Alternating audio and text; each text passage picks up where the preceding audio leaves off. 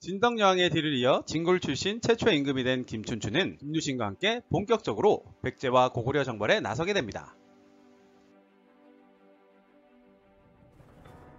백제 정벌에 나선 신라군 5만 명과 당나라군 13만 명은 각각 육지와 바다로 백제 수도 사비성을 향했고, 의자왕은 백제 최고의 장군 계백에게 김유신의 신라군과 맞서도록 명했습니다.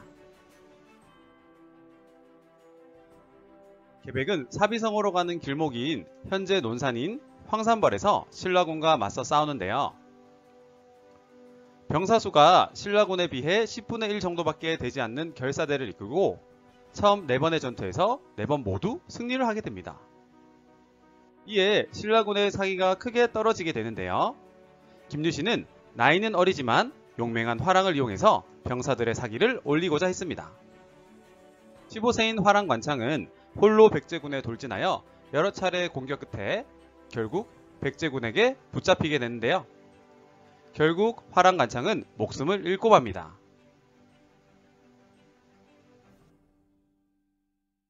어린 화랑이 홀로 적진에 돌진하여 목숨을 바치는 모습을 본 신라군은 다시 싸울 의지를 불태우게 되고, 막강한 전투력을 되찾은 신라군은 계백의 5천 결사대를 물리치고 의자왕을 사로잡기 위해 백제의 수도인 사비성으로 진격했습니다. 황산벌 전투에서 패배하고 백제 옛 수도인 공산성으로 피신한 의자왕은 부하의 배신으로 성문이 열리고 곧 항복할 수밖에 없었는데요. 이로써 백제의 700년 역사도 막을 내리게 되었습니다. 백제 정벌 성공 후 신라군과 당나라 군대는 고구려를 향해 진격하였습니다.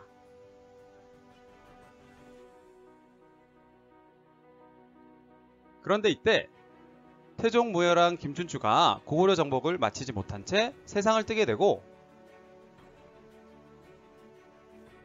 그의 첫째 아들 김범민이 새로운 신라의 임금이 되어 고구려와의 전쟁을 지휘하였습니다. 하지만 영계소문이 이끄는 고구려 군사력은 막강했고 쉽게 항복하지 않았습니다. 그러나 나이가 많은 영계소문은 곧 세상을 떠나게 되었고 그의 세 아들에게 권력을 남겨주었습니다. 영계소문의 바람과는 달리 그가 죽은 후 세 아들은 서로 권력을 차지하기 위해 다툼을 벌였고,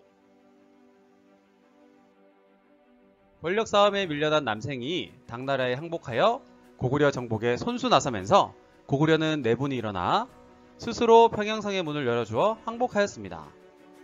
백제에 이어 대륙을 호령하던 고구려도 허무하게 나라의 문을 닫고 말았습니다. 백제와 고구려를 정복하고 삼국을 하나로 통일하려는 그때 당나라군은 야욕을 드러내고 백제 고구려 땅을 비롯해 신라마저 지배하려는 속내를 드러냈습니다. 김유신과 문무왕은 통일을 완수하기 위해 당나라와의 마지막 전쟁을 벌였습니다. 수적으로 불리한 상황에서도 신라군은 싸움을 포기하지 않았고, 육지에서는 매소성에서, 바다에서는 기벌포에서 크게 승리하여 당나라군을 지치게 만들었습니다. 오랜 전쟁으로 지친 당나라군이 신라군의 강력한 전투력에 점점 힘을 잃어가던 중 김유신은 전쟁의 끝을 보지 못하고 세상을 떠나고 말았습니다. 그런데도 김춘추의 아들이자 김유신의 조카인 문무왕은 두 사람의 뜻을 이어받아 마침내 당나라군을 한반도에서 몰아내었습니다. 삼국 가운데 가장 작고 약한 나라로 시작한 신라가 마침내 많은 사람의 힘을 하나로 합쳐 삼국시대의 마지막 승자가 된 것입니다. 신라가 삼국 통일을 하였지만 옛 고구려 땅 대부분이 당나라에 넘어가서 아쉬워하는 친구들이 많이 있을 텐데요. 하지만 걱정 마세요. 곧 그 아쉬움을 깨끗하게 씻어줄 인물이 나타나게 됩니다. 다음 이 시간에는 광활한 고구려의 옛 영토를 다시 우리 민족의 터전으로 만들고 지킨 인물을 만나보겠습니다. 여러분 또 만나요.